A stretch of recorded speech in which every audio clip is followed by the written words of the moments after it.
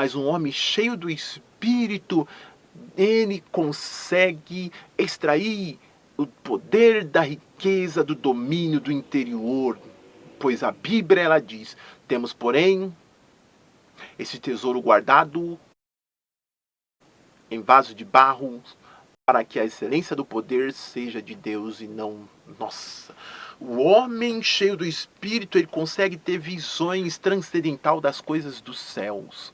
O homem cheio do Espírito, ele consegue ter uma visibilidade do que pode ser feito diante de conflitos entre grupos, entre comunidades, entre pessoas e na igreja. O homem cheio do Espírito, ele enxerga coisas mais além das convicções do homem, das convicções do gênero humano. O homem cheio do Espírito consegue corresponder às suas aspirações e desprezar seus apetites enquanto são apetites que levam-se a mazelas, a vulnerabilidades, a coisas fúteis e nocivas. O homem cheio do Espírito Santo consegue enxergar no seu interior, a mar aberto, sentimentos nocivos que levam a comportamentos irremediáveis e déficits comportamentais. O homem cheio do Espírito, ele consegue ter a sua sensibilidade para conseguir ver quais os limites do que Deus coloca no seu interior, que são os limites insondáveis, sondar os céus pelo lado de dentro. O homem cheio do Espírito não é só um homem limitado nas coisas dos céus, mas ele também é limitado nas coisas existenciais, porque o Espírito de Deus, ele entende da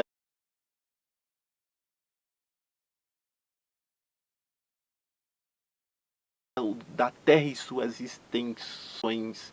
O Espírito de Deus, ele é inteligentíssimo o suficiente para nos levar à compreensão do limite da nossa vivência na terra. O homem cheio do Espírito, ele tem a percepção comportamental dos valores e das prioridades. E também consegue saber a relação de causa e efeito. O homem cheio de Espírito, ele não vive só de efeito, mas ele está caracterizado na causa. Hoje nós estamos buscando efeitos e desprezando o que é causa. Hoje nós desprezamos o conteúdo e quer ver o brilhantismo do rótulo. Porque uma das grandes coisas hoje que se busca é o rótulo, a proficiência da embalagem. Hoje se não mede-se pelos conteúdos internos.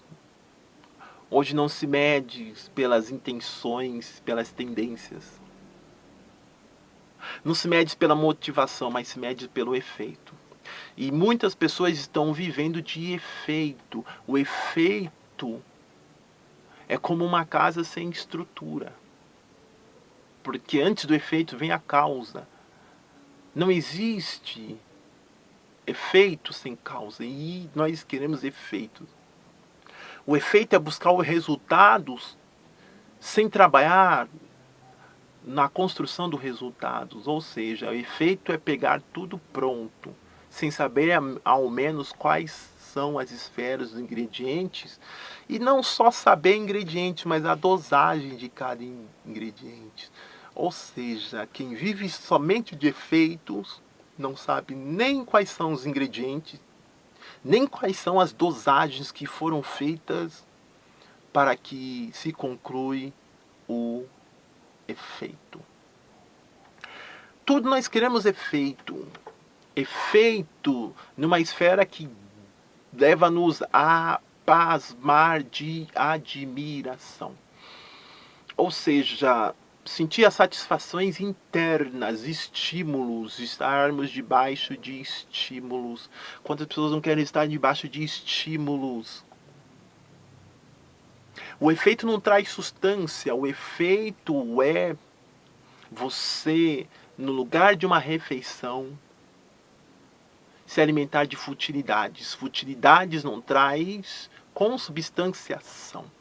O que estamos vivenciando são pessoas sem estruturas, sem consubstanciação, aonde as pessoas vivem debaixo de efeitos, e esses efeitos são embalagens incorporadas em conteúdos vácuos.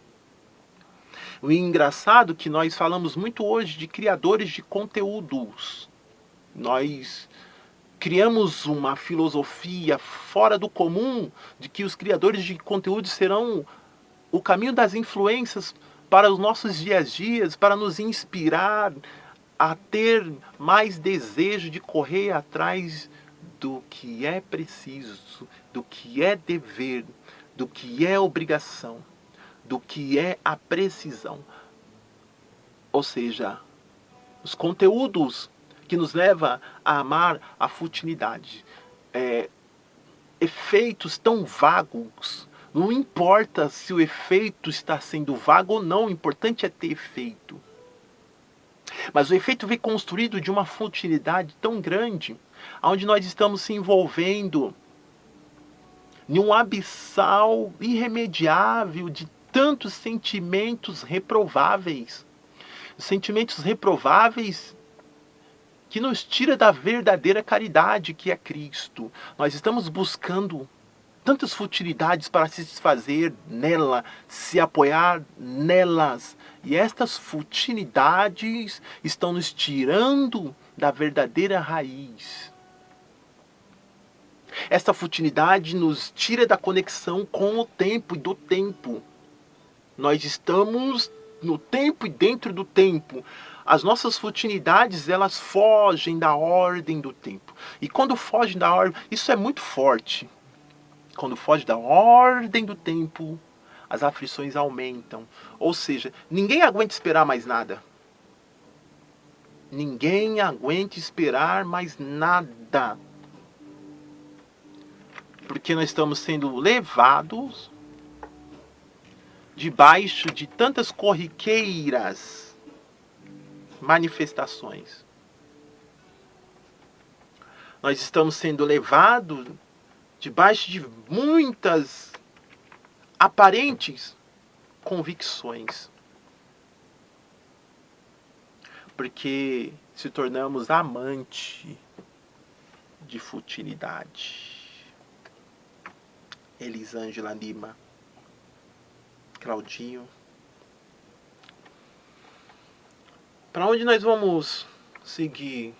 Que por sua vez nós estamos perdendo a noção de existência.